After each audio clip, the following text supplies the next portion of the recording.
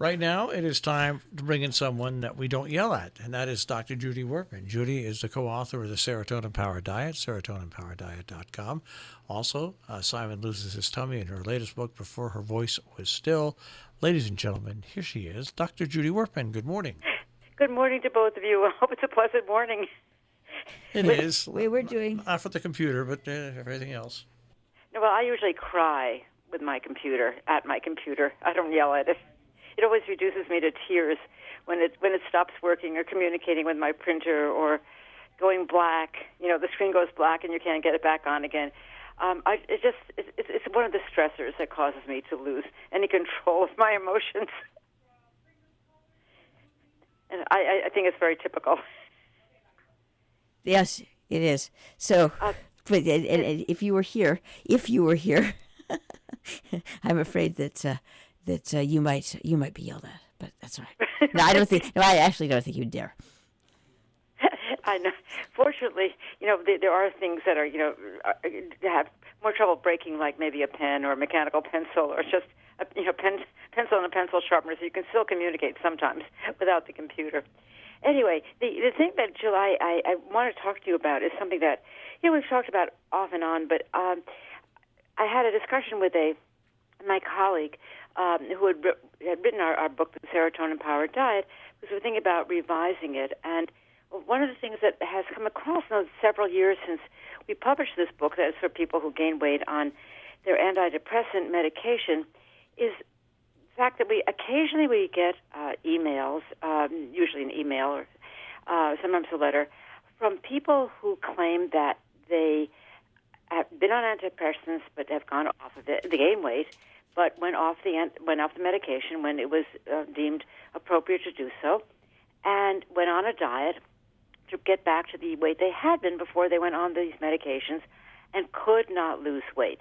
And at first, when we first started getting these letters, we thought, well, a lot of people claim they can't lose weight, but if you really look at what they're doing, they're just eating too much or moving too little to lose weight, but they think that they are, doing something appropriate. But actually, if you really put them on a diet and it got them to exercise several times a week, they would start losing weight. But that turned out not to be the case, because we kept getting, one email or telephone call after another over several years of people who would say, I work out, I go to the gym, I have never had a problem with following a healthy lifestyle before I went on my antidepressants.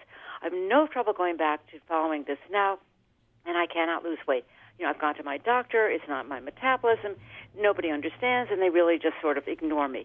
And we've gotten so many of these, really cries for what am I going to do, that, we've tried to look into what the pharmaceutical companies are saying about this, or what, the psychiatric community is saying about this, and there's a deadly silence, not deadly, but great big silence. Nobody wants to touch the subject. Nobody even wants to know that people have gained weight, let alone that really months, maybe sometimes years after they stop taking the medications, they can't lose it. It would be as if you would have chemotherapy, God forbid, and you lost your hair, and everybody said, it should come back, but 2 years later you're as bald as a billiard ball, okay? And people say, well, forget about her. She's an outlier. We don't really want to hear why she lost her hair and can't get it back again. And the other problem is not problem, but there are people who are aware of this. It's what's really, really unfair is that the information is not spread about equally. Let's just say. I'm trying to be really diplomatic. So you've got certain people who say to their psychopharmacologist, well, I don't want to put on any weight, so you're going to have to find something that I don't put weight on with. And then there's this there's something light, but that is how they design their therapy. Yeah. Yeah. But oftentimes the medications that have the least weight gaining potential also have the least therapeutic effect. Potential. Exactly. But so they're bursting into tears. You know how in Broadway musicals you burst into song? Well, they're bursting into tears, but they're not putting on weight. It's like, all right, why?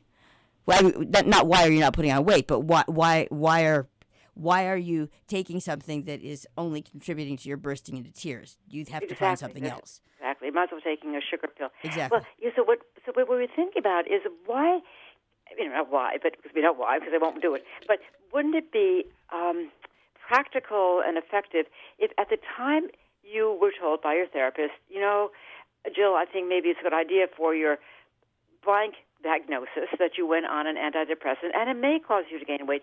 But at the beginning, as soon as you start taking this, you really monitor your changes in appetite, and you monitor how tired or not tired you are to see whether that affects your exercise. And if you find yourself, let's say, craving foods that you never craved before you went on, the antidepressant, this is how you could stop the craving. If you all of a sudden started craving French fries and you never ate them before because you really didn't like eating that high-fat, high-carbohydrate food, now, if you have maybe a handful of Cheerios before, a meal or in the middle of the evening when you felt like munching on chocolate, it might prevent you from gaining weight or might reduce the amount of weight gain you gain to maybe 1 or 2 pounds, which is totally manageable.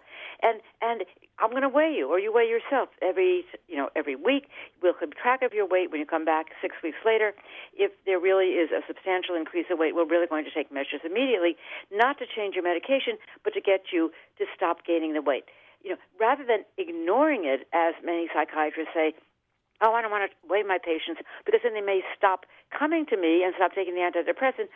You take a proactive approach and say, okay, you may gain weight, but this is what you're going to do immediately. Again, getting back to that hair analogy, if you have chemotherapy, I have a friend who went through chemotherapy. She wasn't in the she wasn't in the hospital 2 days before somebody came to her and said, we're going to get you a wig.